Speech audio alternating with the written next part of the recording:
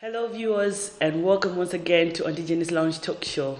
Today, we're going to be talking about HIV and the stigma attached to HIV and whether it is a death sentence or not, and how we can live healthily when we are HIV. When we find out that we're HIV positive, we're also going to be talking about HIV and faith. When I say HIV and faith, I mean HIV and religion, and that brings me to introducing one of our special guests today in the studio, and I've brought to you Bishop, the man of God. Hello, Bishop. How are you doing, madam? I'm okay, and you? Hi, And also, I'm going to be talking to one of the familiar faces. This is Uncle Jed. Hello, Uncle Jed. Yeah, thank you. Welcome to the program. You're welcome. All right. I'm just going to throw this question, generally, is HIV a death sentence? What do you think? Is HIV a death sentence?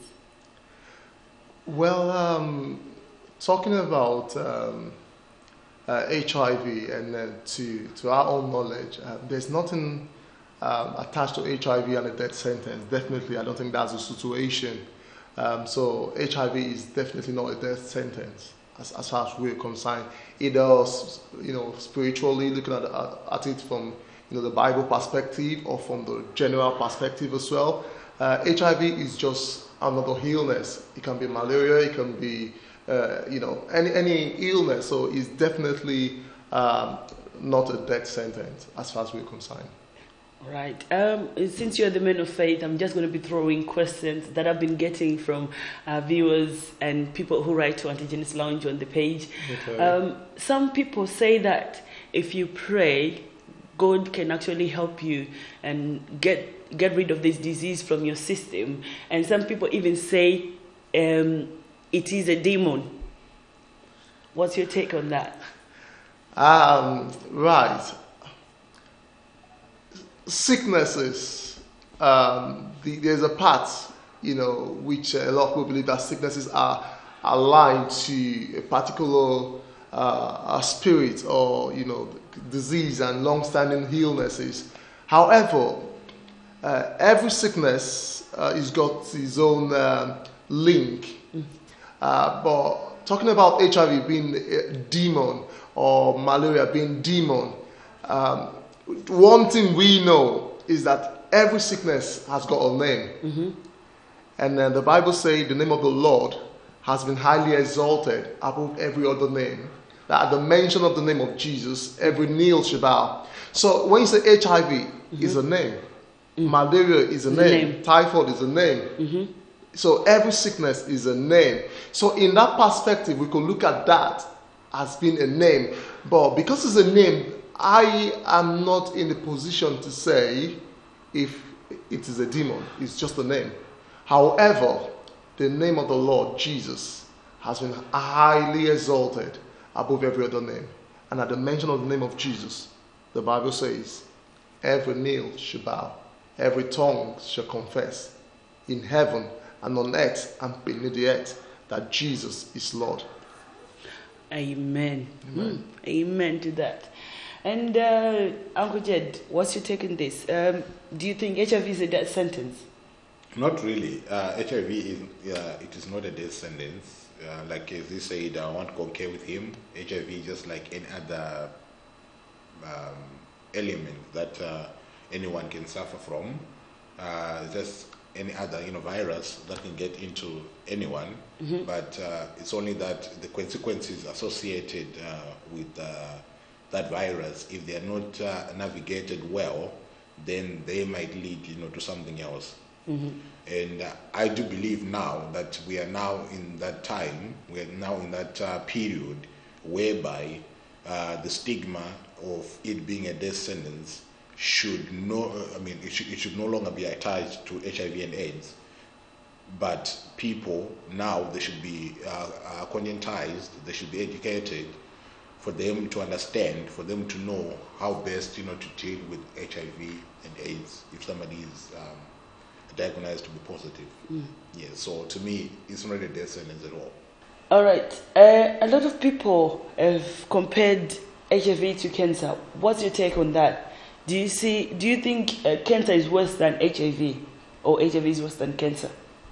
Yeah, the problem with HIV and the problem with cancer, I believe, because cancer, there isn't any cure.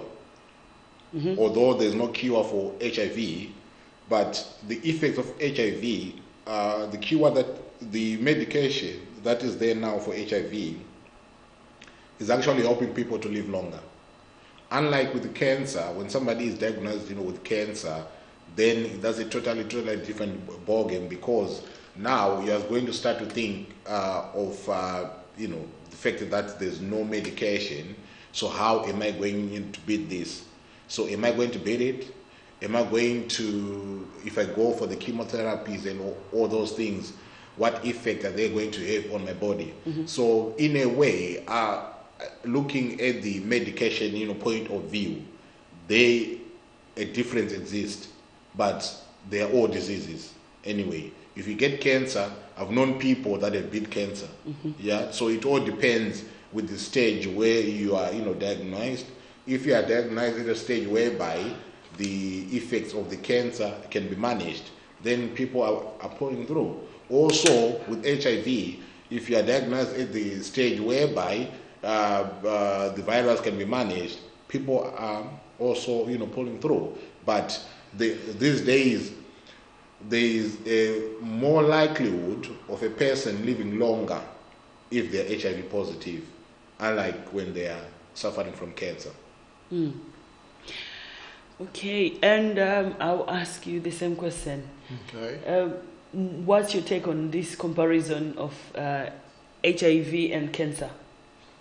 Well, like the gentleman over there rightly said, at the moment, there is no generally accepted medication for cancer. I am fully aware that the research team, the cancer research team, are doing their best to come out with a cure and all the rest. But at the moment, there is presently no cure, as in generally accepted cure for cancer. However, like he rightly said, if the sickness HIV, if it's still HIV, it can really be managed, and you could live longer, you could do a lot of things. We know a lot of people, in America and all the rest who are well-known celeb, and they have HIV and they are still well alive. But because they've been able to monitor it from the earlier stage of it, but once it's gone to AIDS, that's when it becomes a serious issue. So I personally, I will encourage people to do, random check on, their status, their health status, if they are positive, if they are negative. So when you know these things on time, it actually helps you to, to start taking prevention and keep you longer. So coming back to your question, there is none of them that is better than the other, because no sickness is better than the other. They are all long-standing sicknesses. But however, because at the present there are things set aside for their treatment for HIV. So people can say, okay, it's more better, but please, there's no sickness that is better than the other. And we, from the religion's perspective, we don't pray for any sickness that, oh Lord, I want to have HIV, I don't want to have I don't want to have cancer. It's not something we can pray for. So because we can't pray for it, then none is better. So finally, I would say none of them is better, but let's do our checkups so that we can know our state. That's just what I'm going to say. Thank you very much for bringing that up, because many people, I had somebody who wrote to me the day before yesterday, and they were actually asking whether the pimples that they had on their face or this type of reaction they're having was HIV or AIDS related. I'm an agony auntie. I'm not a medical practitioner. You need to go and get checked if you're in places where because nowadays there are places where you can go and get tested, and you can get 20 minutes, you can get the results. HIV is not a death sentence, so you need to go there. Don't think about it. Don't expect somebody to tell you that, oh, you're coughing like this. That should be HIV. That's so totally different. That is so different. Right? I have somebody who's come out and just said, okay, me, I've been living with this disease for 11 years and I'm still fit and still growing and still going. And many people will think, oh, he's saying this or she's saying that. How is she doing that? This person that wrote this is actually in Africa, because if they were in diaspora, say if in the UK or the US or New Zealand, or you would think, okay, they can actually afford to get the food and stuff. What would you advise somebody who's in Africa right now? In the deep end, not in town, somebody who's in Africa in the deep end, and they're thinking, okay, this person is telling me that they've lived for 11 years.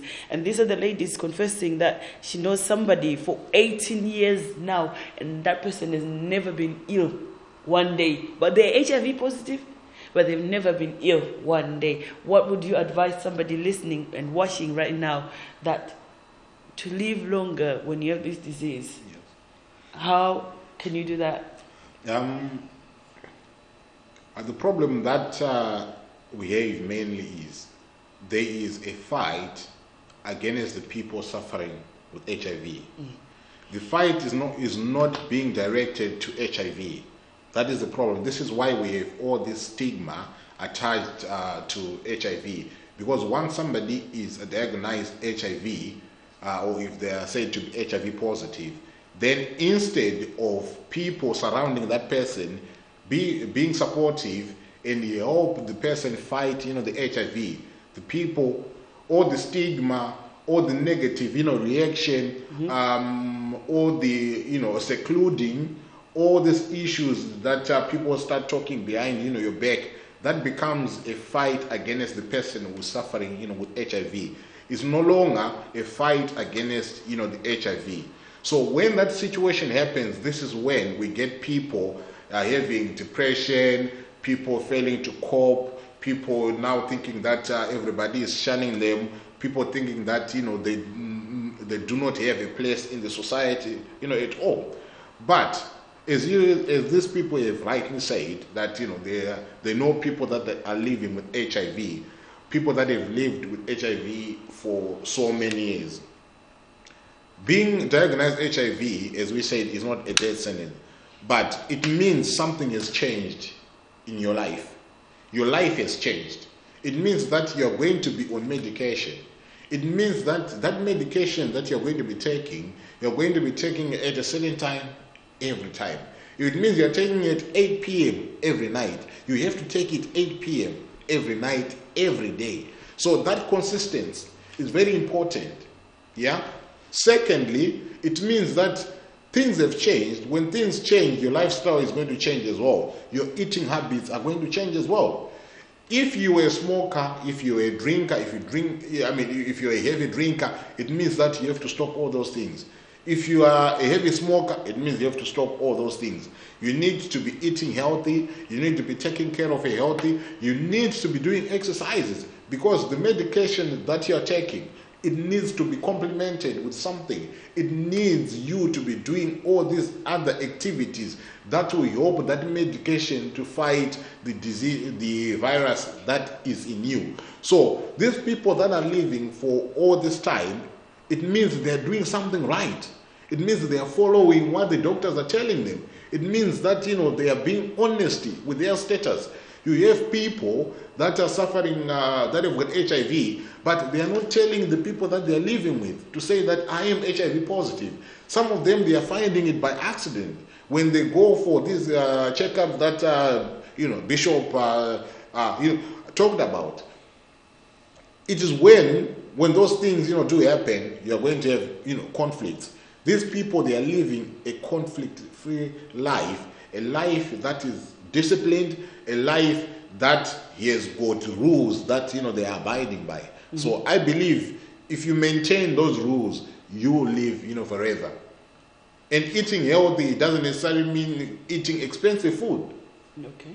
People in Africa, we are blessed. If you go in the bush, there are fruits. Yeah, you need fruits. Yeah, you get that, you eat that. That is what is needed. We have milk in our Yes, bacon. we have milk in our bacon. You milk, your own cow. You don't need to go and, buy this semi-skimmed milk. No, it's there.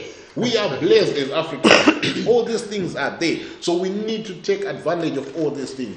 Be on medication, eat healthy, take care of yourself. Okay. Don't abuse yourself. Right. I'm going to throw the same question to you. What do you think you can tell somebody who's HIV positive right now? How can you advise them to live a long, healthy life? Like, I didn't ask you where you're from. Okay. I am originally known with the name Bishop, but my birth name is Oluwaseyi Daniel Ogunyemi. In support to what my brother said, Africa, we are highly blessed. I am from Nigeria. I'm Yoruba originally. I'm from Nigeria, West Africa.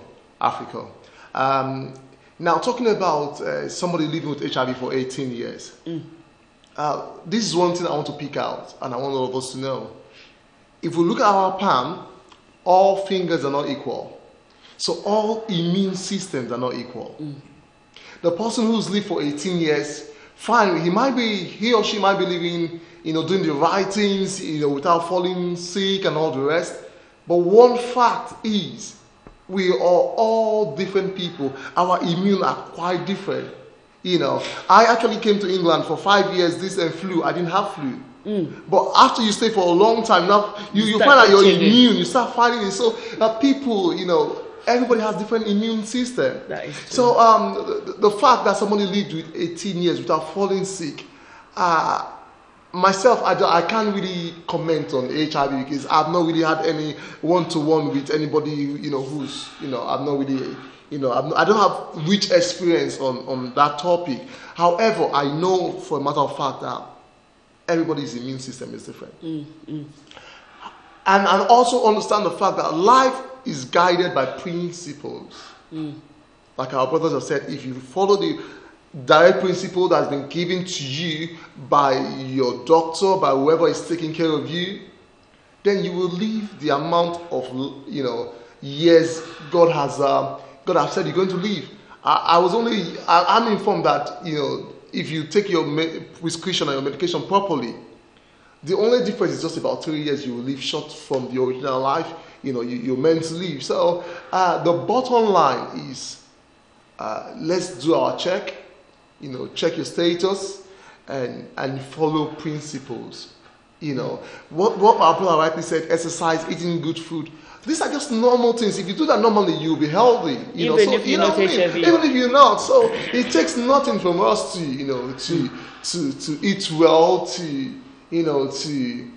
do exercises and all the rest of it. However, like people like us who believe in God and who are strong Christians, sometimes we're even told that fasting helps the body as well. So you need to know what works for you better.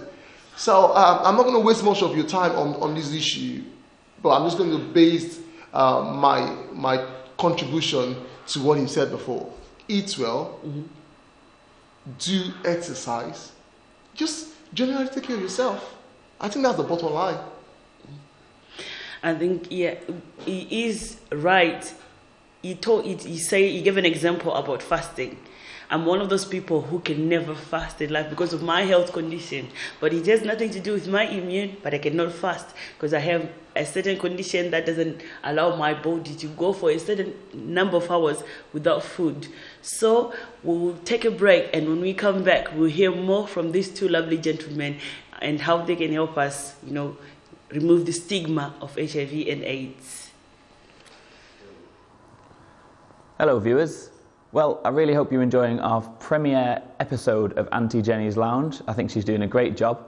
But what do you think? So, as you know, we want your feedback. So after the show is aired, please post your comments on the ATV Facebook page, what you did like, what you didn't like. As with all of our programs, we need your input. Something else we need your input on is our new football show. You may have seen myself and Michael Mambo on Friday discussing how we're going to be touring bars of Manchester, talking to fans, getting reaction from the big Barclays Premier League games. But what we really care about is what you guys back in Africa think about these matches. We have put out a few messages on our Facebook, but we need more people with Skype accounts so we can interview you and put your lovely faces on the show. If you have got access to a webcam and Skype, please add us. Our address is a.television. Let us know what you're about, who you support. Maybe you're an Arsenal fan, can't be too happy with the current situation. Maybe you're a Man United fan and very happy with the current situation. Or maybe you're not a fan of any particular team, you just love English football and you'd like to talk to us about it. Either way, we'd love to hear from you. We'd love to get your lovely faces on that big screen, so get in touch. In the meantime, it's back to Auntie Jenny. Hope you enjoy. Welcome back to the show, and on this segment of the show, we're going to be looking at discordant couples. To those who don't know what that means, it's couples who are living with the other one being positive and the other one being negative. And also, you need to know that we don't need to wait until we start getting ill to live a healthy life. The two gentlemen that I have in the studio today, Bishop and Uncle Jed, they're actually talking like general knowledge from what they've learned so far, so that we can all help each other remove this stigma. I know for a fact that if I share my cup with somebody who's HIV positive, I won't get it. If I sleep in the same bed or share the same house, same bathroom, I won't get HIV. But some people still think that if you live with somebody who's living with AIDS or HIV, you can still get it somewhere, somehow, even by washing their dishes or sharing cups and stuff. So I'm just going to go and ask these two wonderful gentlemen who've agreed to come to the studio and discuss this issue. What do you think about discordant couples? Because there are people who are actually living and having healthy children, whereby the one of them is HIV positive and the other one is not. What do you think? Have you ever come across such a couple? Right. First of all, I personally want to appreciate the environment where we are based. Mm-hmm, mm-hmm. I think this is very, very, it's more easy to, for a couple who are, who one of the partners is positive and the other one is negative, and they're able to have kids and all them lots. Based on the fact that, treatment in this part of the world, I would say, it's more easy. I've left Africa quite a long time, so I can't really, speak for people in Africa. Mm-hmm. But based on, where I'm based, which is Manchester in England, Europe, I know that, things have gone that far where they could actually, wash the sperm of the man if it's the man who is positive, and, help them to have kids, and they can also, give guidelines of how, with the help of condoms and the rest, how you could still live a happy marriage life, mm-hmm. a happy, live a full life, live your normal potential life, using condoms and all, every other, things that are meant, things that are there for you to use to just, live a normal life. But the reason why I can't speak across is that I don't know if this same, facility that we have in this part of the world, if they are there in a country like, in a remote area in Nigeria. I can't really speak of that, because when you're talking about some village, some place where, you only have one hospital, so I don't know if they have all those equipment, but here in the United Kingdom, I'm well informed that, there are equipment where, if for instance, it's the man who's suffering from HIV positive, I know as a matter of fact, that there's something where they could, take the sperm, wash the sperm, and implant the sperm into the lady, and the lady will have proper kids, and the kids are not going to be HIV positive. Mm-hmm. And the wife and the husband and the wife could live a normal relationship, normal husband and wife life. And there's normal conjugal rights. You know what I mean? And then he is not going to pass it over to the wife, and they're going to live happy. But because Western world has gone to a level where they've made provisions for things like this, it is a pity that Africa were blessed, but we having the equipment. I am well informed. If I can't speak generally, but I know that definitely where there's no electricity, I don't think they're going to have those kind of That is equipment. true. It's so true. Yes, and I'm gonna ask you the same question. What do you think about discordant couples, where some people might not know what discordant couples are, but it's another couple where the wife or the husband is negative and the other one is positive? The reason why I'm asking this question is I've had a lot of couples. I know you are an admin on Auntie Jenny's Lounge as well. You've seen these letters where people are coming in saying, okay, I'm HIV positive, my husband is not, and we're living a happy life and this. And what would you say to people watching right now back home in Africa? Yeah. The first thing that I'll say is, God bless you. You are blessed. Why I'm saying you are blessed, if you're living in such a situation, is you have come to understand HIV. You have come to understand that HIV is not a death sentence. But the bottom line is honesty. Is your other half aware that you're HIV positive? If your other half is aware that you're HIV positive, you come to terms with their condition and you decide to say, we are not going to part ways. We are going to be living together, normal life, everything's fine. We're not going to be quarreling about this. We are going to be faithful. The fact that you are HIV positive, you're not going to abuse yourself, or you're not going to be taking care of yourself as we were speaking of before. Mm-hmm. That's there to me. People like that, God bless them, because they should be the light. They should be the people that are supposed to be coming out, telling the whole world that HIV is not a death sentence, that you can actually live a normal life, have babies, and raise your family. I understand from the reading that there's people that are born incapable of contracting, the virus, and there are people that are fortunate enough to have discovered that they've HIV, they're HIV positive.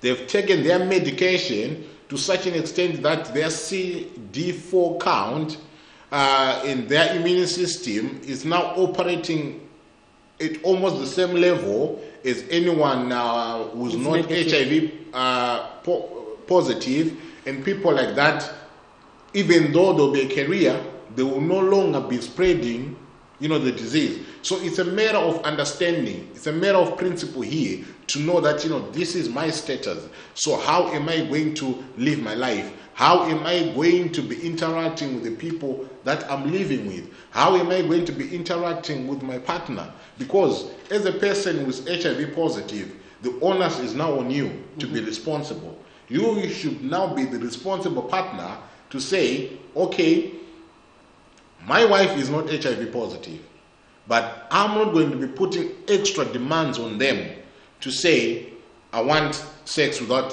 protection. Because you never know, maybe they still haven't got, that disease. Mm-hmm. And maybe if you sleep with them, they're going to get, the disease. So this is where, the responsibility comes in. Well, like what you just said now is like playing Russian roulette with your kid's life, isn't it? Yes. It's all about, because in this day and in this age anyway, in this world that we are living in, some of us, as he said, we are blessed in that, we are living in societies whereby the advancement in terms of dealing, with the disease is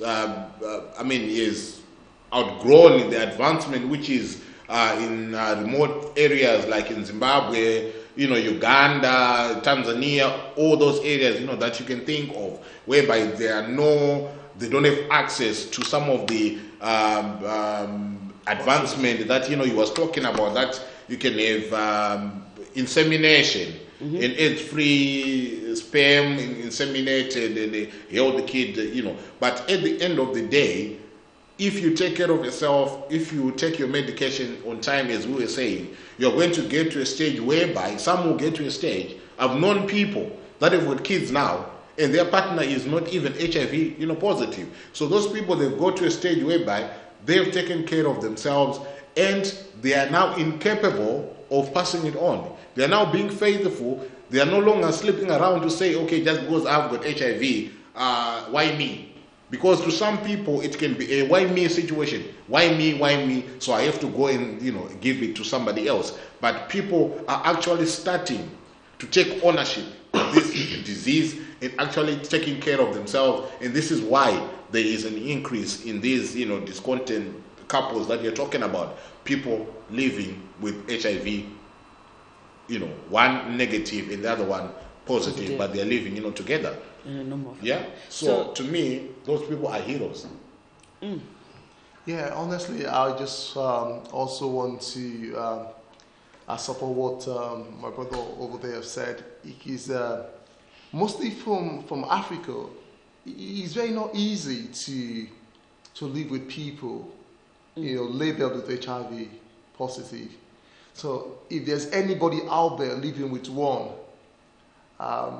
people like us really want to appreciate you, because we know you're doing a lot to be very supportive to either your husband or your wife.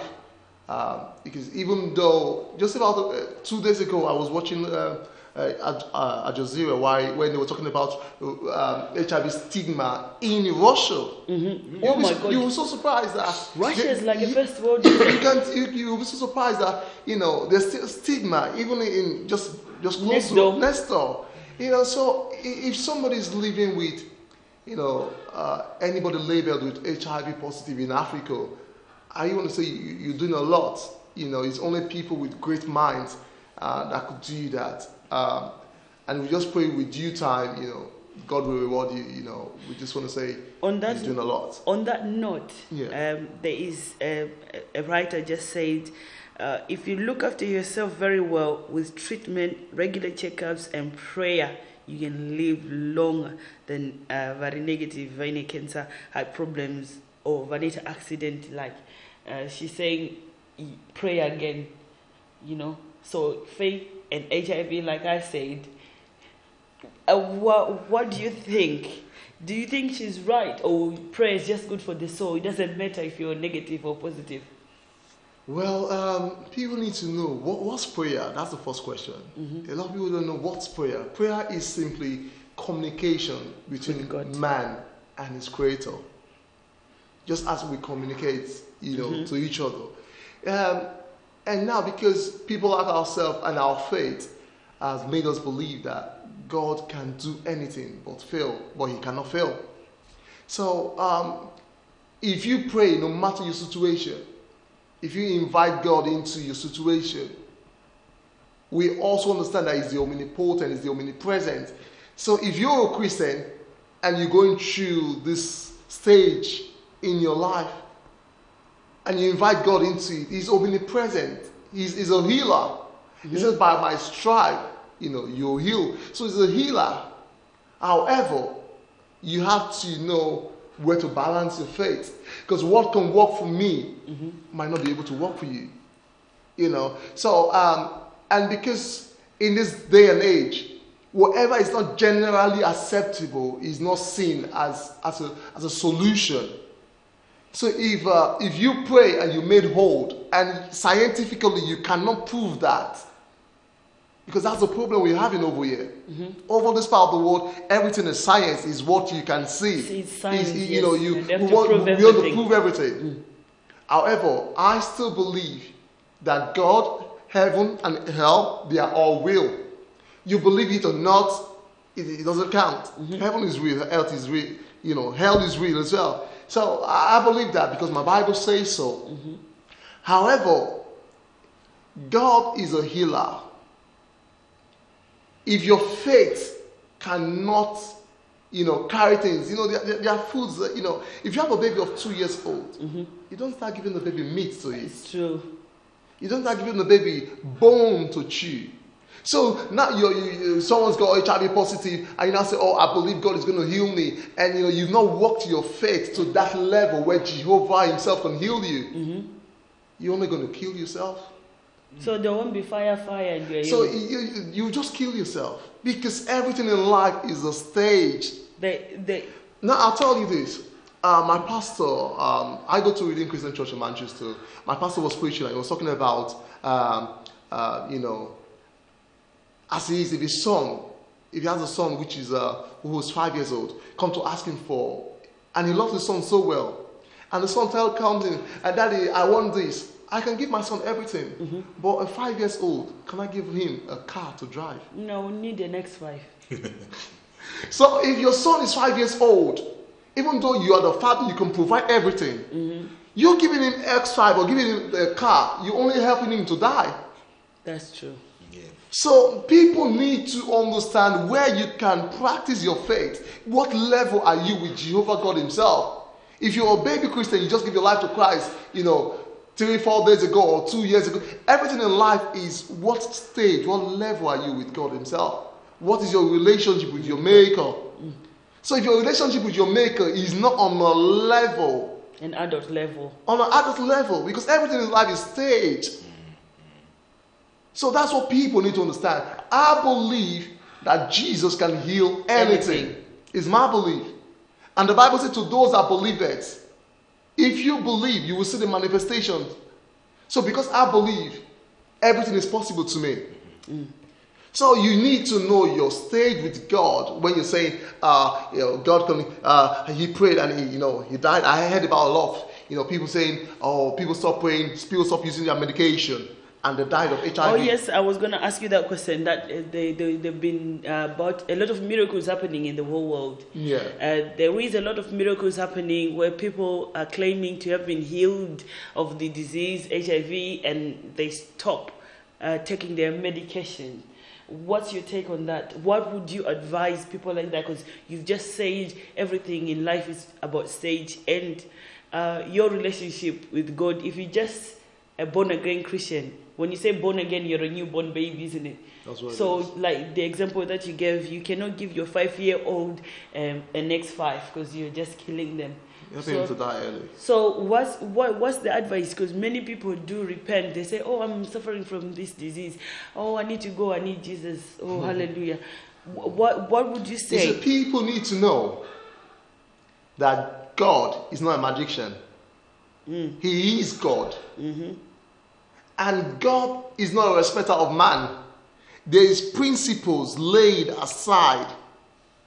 So you just, fall sick or you have HIV, AIDS, and you feel, I'm just going to go to God and get, things are not done that way. Now let's put ourselves. I know man can never be God. But if we put ourselves, because the Bible says, let's compare the physical things as also the spiritual things. If we put ourselves in that situation, if your son, who you don't have a relationship with at all, comes to ask you as a father, Daddy, I need this. Even if you're going to give him, you're going to do it reluctantly. But if your son, who you have a constant relationship with, sometimes your son doesn't even need to ask you anything. You automatically do that because there's a father and a son relationship. So if you don't have a relationship with God and you're sick and you just feel, I want to give my life to Christ because I've got HIV/AIDS. Well, I'm not God. I can't say what God will do, but it is just a common sense. The Bible says we cannot give the food that belongs to babies to dogs. You know what I mean? But however, you have to know that in life, don't wait to get HIV before giving your life to Christ. You don't wait to be in a situation where you have to now use God as a fire brigade approach. He is God. He's not an ambulance. He's not a fire brigade approach. So if you think, you need to suffer an illness or you need to be in a situation, then call God. If God doesn't know you, then what? He will not answer. He will not answer. If I'm driving on my car and you call me, Bishop, if I don't know you, I don't answer. Yeah. So who are you to God? That's the question. So you need to You need a relationship. You don't wait to be in a situation where you now have to use God as a fire brigade approach. Jehovah God is not a fire brigade. He's not an ambulance. He's not a police service. It's not a fire brigade approach. There is procedures. We should not forget the fact that God is God. He's not a man. Yeah. That is true. What he's saying, is 100% right. And if you take into consideration what happens in the Western world, like here in Manchester, I know that there is the Georgia's Trust.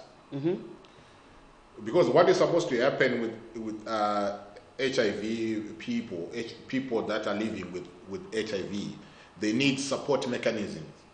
They need they need people to be around people that support them. So this is why you've got all these different organizations that are coming in, offering that support. So which means you are going to be creating a relationship with the people that are going to be offering you that support.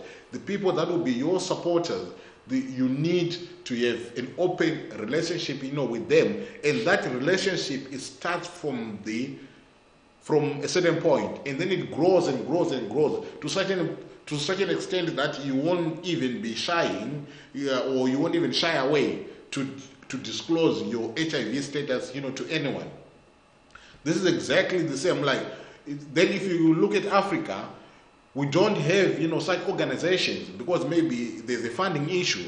The government, these organizations, they are supported by our governments. You go to Africa, there are no such organizations. But in Africa, what we have are churches.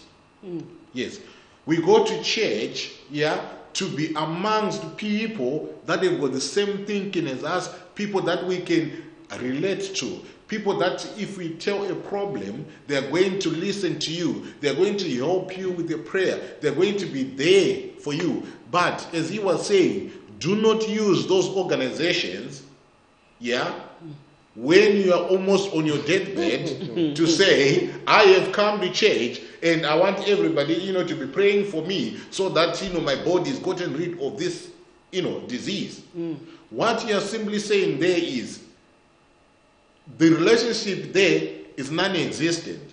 You don't have that connection at that level, like what, he's saying.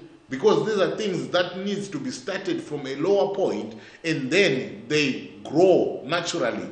But I don't subscribe to the notion that when you say I found God, then you say I will stop taking my medication, because you're not doing anyone any favors there.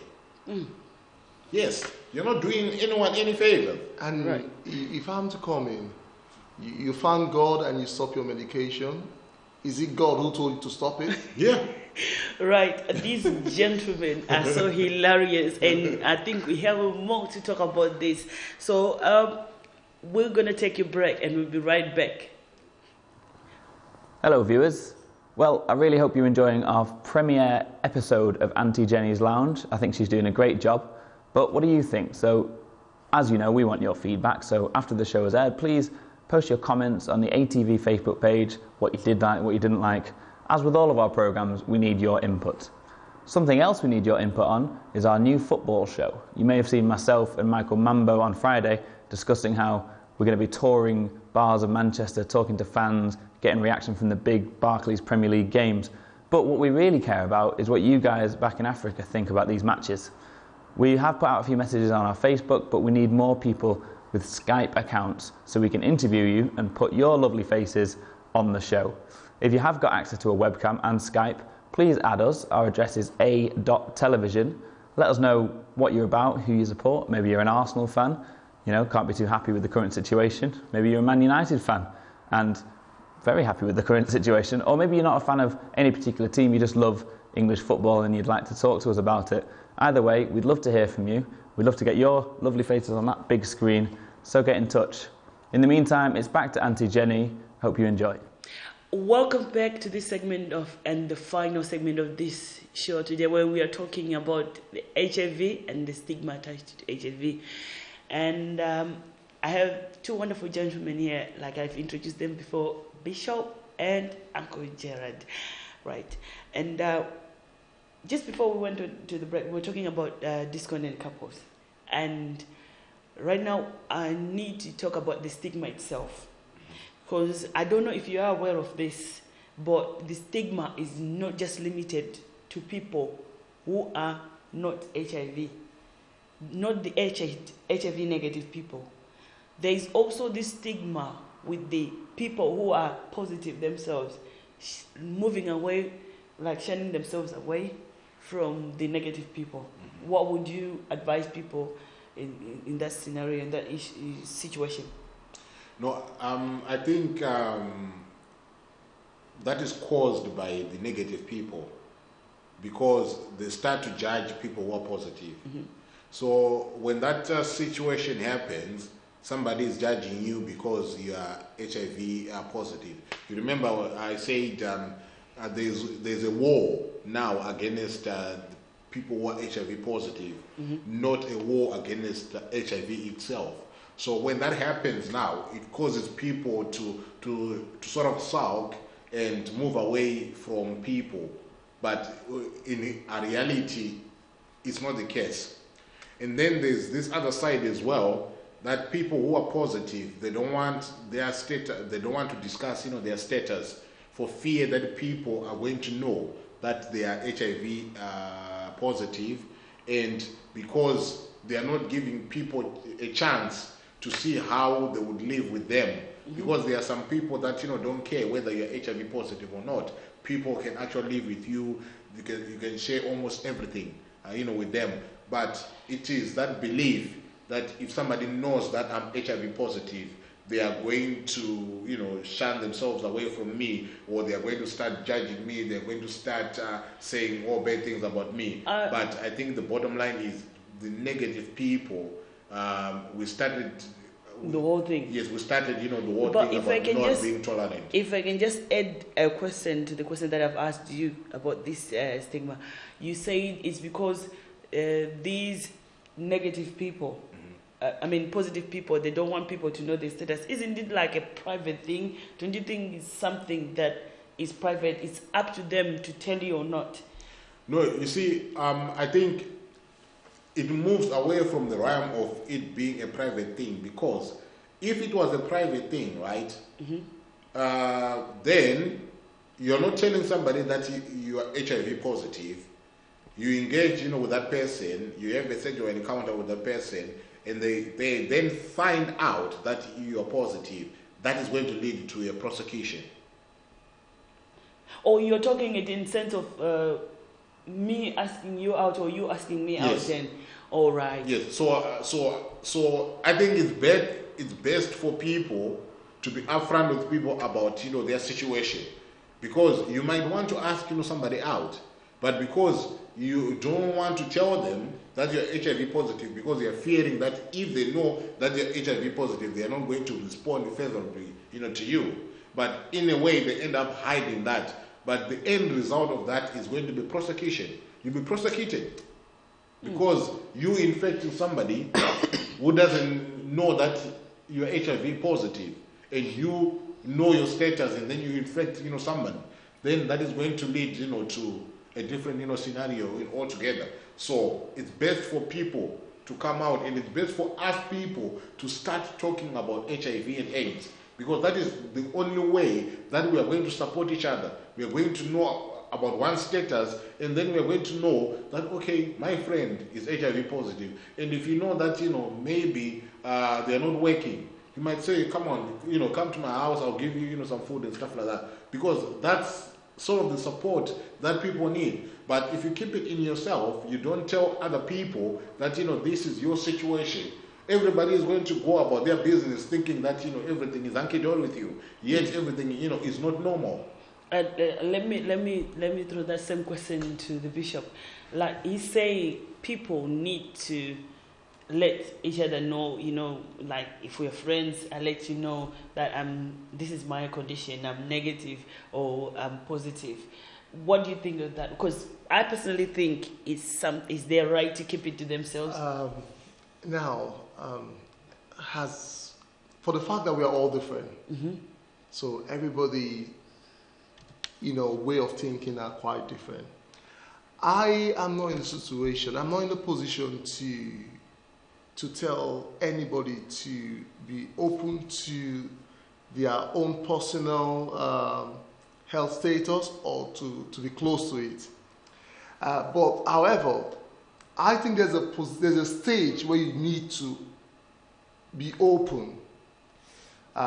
For instance, I'm not going to say if you are HIV positive, go around on the street having billboard in your head that I'm positive. I'm not going to say that.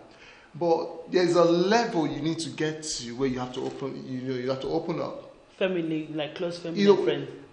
Well, some people can say that to family. Some people can say, okay, no, it has to be the person I'm having, intercourse with. Some people are open to their family. Some people are only open to the person they are having sexual intercourse with. Because different family, different people do things differently. So there is a time to open up. However, I personally believe your status, your health status, is a private thing. I stand to be corrected. But this is what I believe.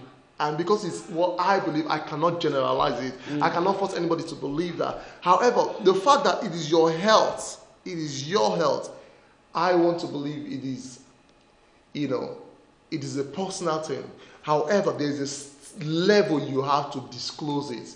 And because if you don't disclose it to somebody you're having, sexual relationship with, I think that is deceit. I will give you an example. I have a lot of people that write to me, and I know I talk to a lot of people who are HIV positive almost every day. I have people who are looking for people in the same situation, people who are HIV positive looking for HIV positive partners, things like that.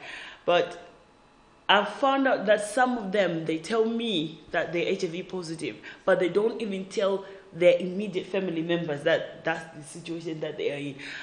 I'll give you an example. There was another lady, I knew she was positive, but the husband didn't know, and the family didn't know, which I think when you say it has to be the right people, I think I agree with you on that one, because I can know about it, and you could be in Australia, or you could be in Nigeria, you could be in Zimbabwe, you could be in America. I'm here in the UK. I can offer you moral support. I can send you a few pounds for you to buy food and stuff. But what about that love? You will still need it. So I think it's okay to find one person or two people in the family that can know about the condition rather than just keeping it to yourself. I think it's okay there. But having said that, I believe it's everyone's right to tell whoever they feel comfortable telling. And I'm so grateful that people come to me and tell me their status. But I think somebody close by need to know, your parents, but then our African parents. They'll start judging you again. It's something that we have to discuss in another episode, but we need to change this stigma. We need to change so that we can help each other out, because it's no longer just a family thing or a personal thing. It's now like a global thing. Yeah, well, I'll tell you this just briefly. Some people have some things that are positive generally, and they don't want to tell people. They keep it to themselves. So people are, as an individual, we are all individual to ourselves. However, HIV is a situation whereby it's a global issue. We have to talk about it, but we are all individuals.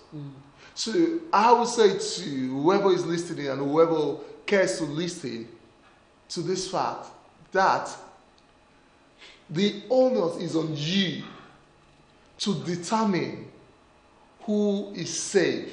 Because at the end of the day, it's all safety. We understand. If you're in this part of the world, then fine. Nobody. You could do what you want to do. But in the part of the world where we're reaching out to, which is Africa and so on, the provision is not there to expose, your health issue. However, the onus is on you to know who you're going to share it with. Because some people you could share it with them and they will be of great support and of great help. Some people you could share it with them and they will kill you. They will go, HIV positive. Sir. Some people will cause problems. I know. All right. No, I also tend, to agree there. But at the end of the day, unless you do decide to say I'm not going to have sex anymore, then you can keep it, to yourself. Yeah, it's fine. But the moment that you start to reach out to other people, then The onus, as he's saying, is on you to make sure that whoever you're going to be engaging with will know your status, because you don't want to be spreading this disease to people that are, because no one wants HIV.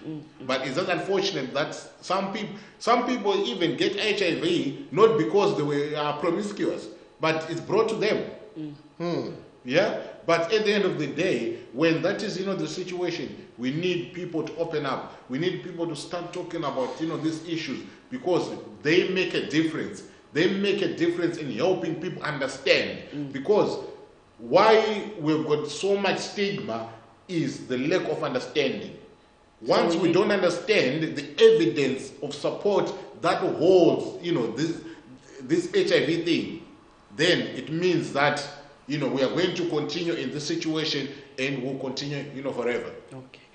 All right. What an interesting topic. I'm just going to finish up by reading something that came from our viewers. Here, somebody said, I believe being HIV positive is not a death sentence.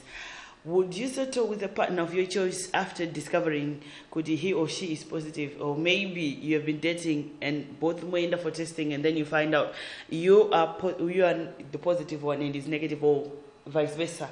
So some people answered and said, to be honest, I could not settle knowingly with somebody who's HIV positive. That's their own opinion. Yeah, and somebody said, it's not a problem as long as I've known about it since we started. But if we were both negative when we were married, and you later come back and then you say we go for test again, maybe for insurance sake or something, and then I come back negative and you're positive, boy, you'll have some explanation to do. That's what they're saying here. So there was this very, very, I'm not going to say the name on her, but this lady, she really touched me. And I think if I ever become positive, I'm going to be exactly like her, because I've always told people I don't want people to worry why I'm being sick this way, or what's wrong with me. People should know exactly what's happening with me. So she said, it's a tough one. I once dated a guy, and that knew I was positive. But at the time, he said he loved me for who I am. But as time went on, it got hard for him, especially when people started talking. Like the same point we were saying, people don't say these things because people start talking. Yeah. So she says, we broke up in the end, as it was just not working. I personally think he stayed with me out of pity. But God works in mysterious ways, because almost 6 months down the line, she actually found somebody in the same situation who's actually positive. So they are getting married anyway. And I say congratulations to them. And I wish I could come to your wedding. If you invite me, I will come and support you, because you are a role model to all of us, isn't it? Yeah. To everyone. So this is what we've been talking about, HIV and the stigma attached to it. I hope you've learned a lesson, 1 or 2, because I've actually learned a few things as well from these 2 lovely gentlemen. And please go get tested and know your status. HIV is not a death sentence. If you feel like telling Auntie Jenny that you're HIV positive, that's fine, but you need to also tell your immediate family that this is what's happening to me, so that the family can also help you. So I would like to thank this gentleman for coming in. Thank you very much, Bishop, for coming. Thank you. And thank you very much for coming once again, Uncle Jed. And until next time, God bless you all and have a prosperous 2013.